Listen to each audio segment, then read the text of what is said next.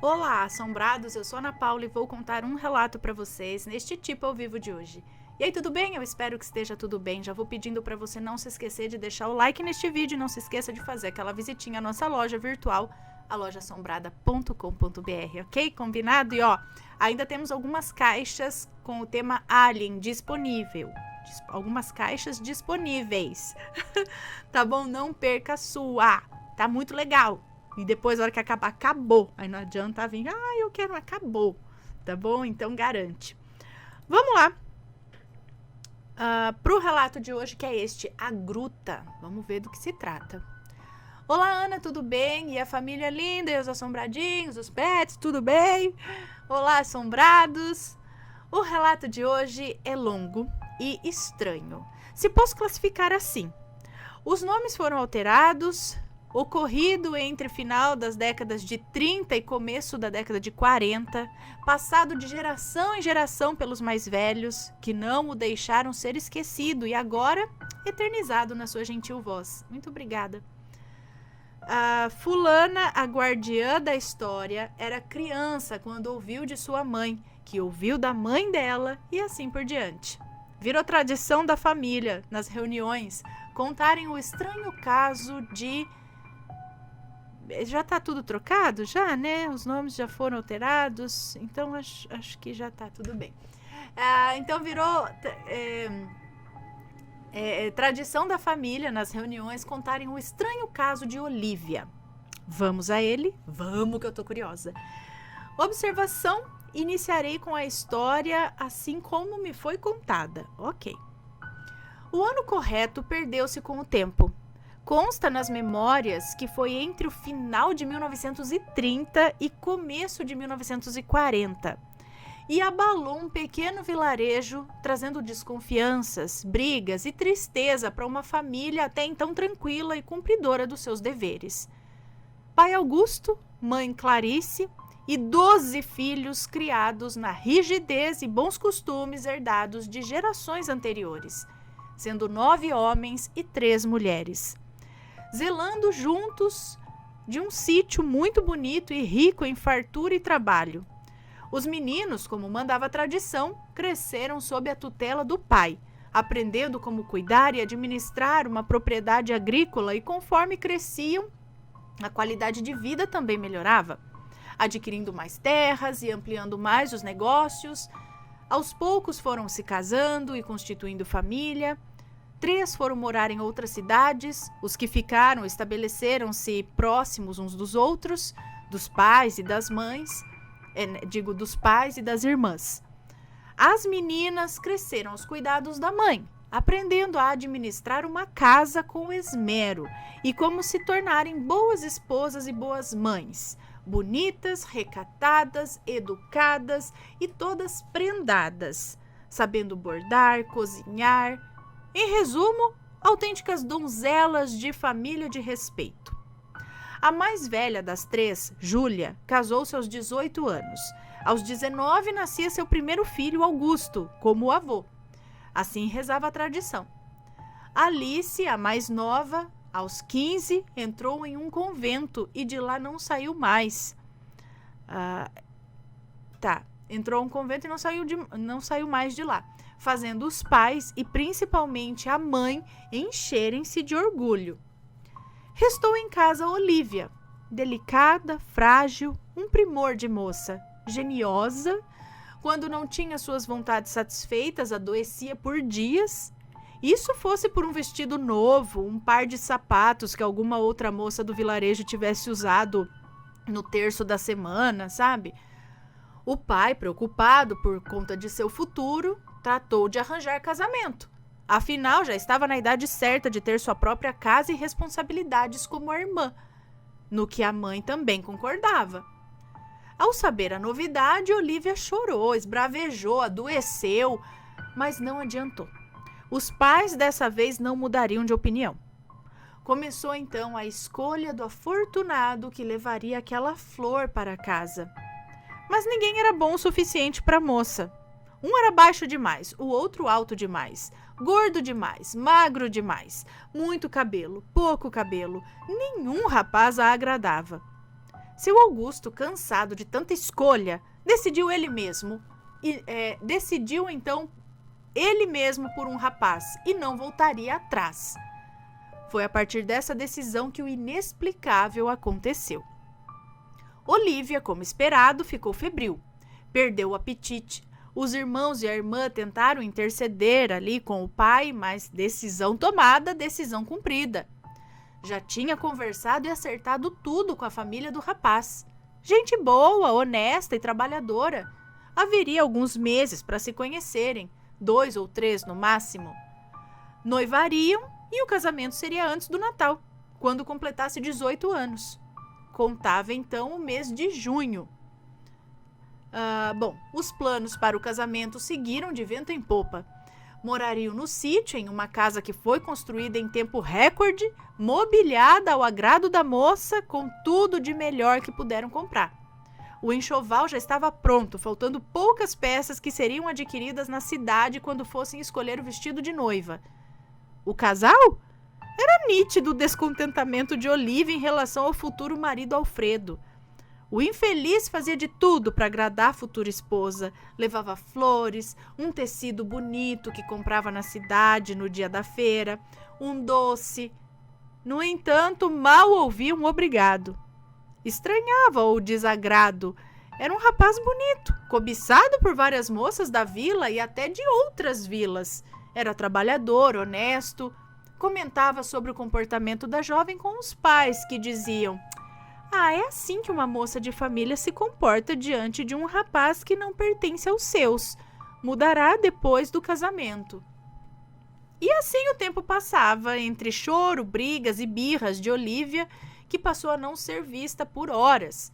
Por mais que procurassem, ela simplesmente parecia sumir.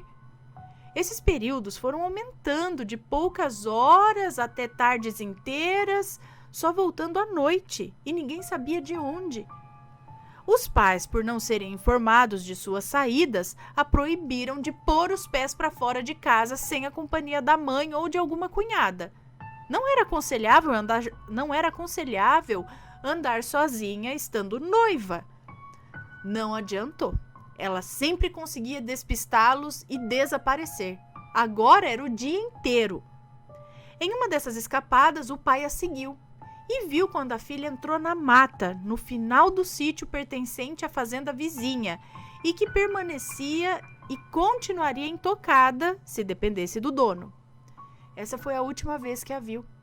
Perdeu de vista entre as árvores e, por mais que procurou, não a encontrou mais. A noite já se fazia escura quando retornou para casa, aturdido, sem crer que não encontrara Olívia em lugar nenhum.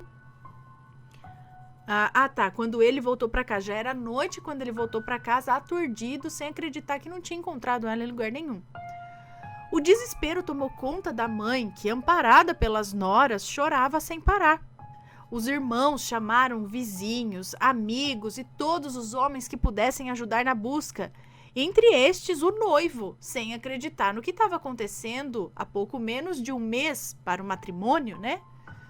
As mulheres começaram novenas, terços, fizeram promessas. A mata foi revirada folha por folha, árvore por árvore, pedra por pedra. E nada de Olívia em lugar algum. A fazenda vizinha ao sítio também foi verificada. Os trabalhadores interrogados, mas nenhum deles viu a moça daquele lado. As desconfianças começaram com a família do rapaz acusando a jovem de ter fugido com outro. O pai acusando a mãe e os filhos de estarem escondendo uma possível fuga da filha. Todos eram suspeitos e, ao mesmo tempo, ninguém sabia de nada. A mata foi vasculhada por dias a fio e nenhuma pista, nenhum rastro. Os dias se passaram, as semanas, os meses, os anos seguiram-se um após outro. A tristeza tomou conta do sítio. Dona Clarice virou reclusa em casa, não saía mais e também não recebia visitas. O marido Augusto vivia para trabalhar e tornou-se amargurado. Alfredo recuperou-se da tristeza, casou-se, teve filhos e seguiu com sua vida adiante. Entendeu-se com a família de Olívia e concluiu que eles não eram culpados pela fuga da jovem. O tempo passou e 10 anos depois, ninguém na vila lembrava mais daquele desaparecimento. A moça fugiu e pronto, foi simples assim. Todos sabiam que ela não queria casar mesmo. Era isso que acontecia quando se mimava demais uma filha. Deixava a menina cheia de melindres e vontades. Até que em uma tarde fria de inverno, ouviram chamar. Saindo para ver, Augusto, filho de Júlia, deparou-se com uma jovem muito bonita, reclamando do frio e perguntando por qual motivo cercaram a divisa do sítio com a mata, já subindo os degraus para entrar na casa. O jovem, sem entender, chamou pela mãe, que vindo da cozinha quase caiu estatelada no chão. Ali, na sua frente, em carne e osso, após 10 anos, achava-se Olívia, bela, delicada, como se acabasse de sair de um retrato. Nada mudara para ela. Ela estava igual, como se os anos não tivessem passado. Ela foi entrando e a essa altura quem estava na sala entrou em choque. Clarice, ao ver a filha, desmaiou. Senhor Augusto ficou mudo. Os outros que conversavam calaram-se. Olívia reconhecia naquelas pessoas os irmãos, as cunhadas, os pais, só que todos mais velhos. As crianças espalhadas pelo chão brincando, ela não sabia quem eram. O espanto foi dando lugar ao medo. Era Olívia mesmo? Uma assombração? Um delírio coletivo? O que estava acontecendo ali? Olívia, aturdida, perguntava o que ocorreu com todos. Ela havia saído de casa há poucas horas. Como era possível envelhecerem em tão pouco tempo? Dona Clarice, ao acordar, abraçou a filha e, se pudesse, não largaria mais. Seu Augusto a abraçou e beijou, incrédulo com a situação. Ele não conseguia falar nada. Recuperados do choque inicial, começaram as perguntas. Onde ela esteve? E com quem? Como estava igual ao dia em que saiu de casa há 10 anos? Sem entender o motivo de tudo aquilo, Olívia indagava-se: o quê? 10 anos? Ela saiu por poucas horas. Dirigira-se à gruta de pedra próxima ao riacho. Era para lá que ela ia sempre que queria ficar longe das conversas de casamento. Ela atravessava a gruta, saindo na parte de trás, e ia fazer companhia à Dona Aurora, a senhora que morava na casinha de madeira no começo da serra, que conhecera na primeira vez que saíra do outro lado da gruta. Atravessava por ali por ser mais perto. Não estava acompanhada de nenhuma outra pessoa. Era impossível ter se passado dias, meses ou anos. Foram apenas poucas horas. Como que eles não a viram? Ou não foram procurá-la? Disseram que vasculharam tudo em sua busca, até na gruta eles entraram. E não existia saída de lá. A gruta era fechada. Por onde se entrava, também saía. E não havia nenhuma serra ou morro depois da mata. Muito menos nenhuma Dona Aurora. Após a moça tomar um banho, jantar e tal, o interrogatório continuou de ambos os lados. Cada pergunta e resposta recebida entendiam menos ainda o que aconteceu. As horas seguiam sem solução. Cada indagação resultava em outra e mais outra. Não levava a lugar algum. Para Olívia, aquela senhora existia e pronto. Levaria todos para conhecê-la quando amanhecesse. E assim foi feito. O sol mal havia aparecido no horizonte e uma família inteira, incluindo os cachorros, entravam na mata, seguindo uma jovem decidida à prova que não... seguindo uma jovem decidida a provar que não mentia e não estava louca. Lá estava a gruta. Entraram e, como todos tinham falado, sem saída na parte traseira. Rocha pura, sem abertura. Olívia chorou, sem compreender o que estava acontecendo. Desesperou-se. Onde estava sua bondosa amiga Aurora? Não sonhara com aquele lugar. Então ficou decidido que deixariam como estava. Olivia voltara e pronto, declarou Dona Clarice. As perguntas ficariam esquecidas. Como explicariam o seu retorno às pessoas, então, né? Decidiram, então, levá-la assim que o dia nascesse à casa de um dos seus irmãos na cidade mais distante. Os pais iriam com ela. Foi feito dessa forma e ninguém na vila soube da sua volta. Para eles, Olivia continuou desaparecida naquele longínquo dia há 10 anos atrás. Ana, esse foi o relato da fulana, enfim. Eu não sei o que aconteceu com a família depois desse retorno. Foi Olivia quem voltou? Será mesmo? Beijos para você, muita luz e gratidão. Um beijo para você, muito obrigada. Rapaz, depois dessa, assistam a série Manifesto. Só digo isso para não dar spoilers. Mas, gente, será que isso acontece mesmo? Foi isso.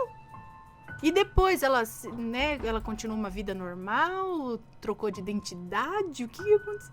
Gente, ela foi para outra dimensão. E olha que eu já contei aqui que tem relato de uma atriz, eu acho que não me lembro agora se é a Kim Basinger, que contou que ela andava ao redor da propriedade dela lá, da casa, e ela encontrava com uma senhora e conversava com essa senhora e não sei o que lá, via a casa da mulher, e essa senhora ensinou muito ela a respeito de plantas medicinais, para que era o nome da planta e tal. E aí um dia a mãe dela perguntou para onde ela ia, né, todos os dias e tal. Ela falou, eu vou conversar com a senhora tal. Ela falou, mas onde que é essa casa? Não tem ninguém por aqui. E no que ela levou a mãe dela para mostrar, realmente não tinha nada, não tinha ninguém. Ela falou, mas eu sei que era por aqui que eu passava. Ela ia todos os dias e não tinha nada. E ela falou, e eu tenho esse conhecimento até hoje, né, das plantas, o nome das plantas, para que servem. E foi essa senhora que não existia que ensinou a ela. Então, será que ela atravessava para uma outra dimensão, assim como essa moça? Agora, esse lapso de tempo... Gente, alguém mais conhece outra história assim? Conta pra gente. É o que eu falo, não duvido de nada, não. Bom, pessoal, esse foi o relato de hoje. Espero que tenham gostado. Tem um relato também que o cara, ele entra numa gruta pequena e sai de costas, e aí ele tá em outra dimensão, tipo em Sete Além. Pessoal, um grande beijo pra vocês e a gente se vê no próximo relato. Fui! Beijos!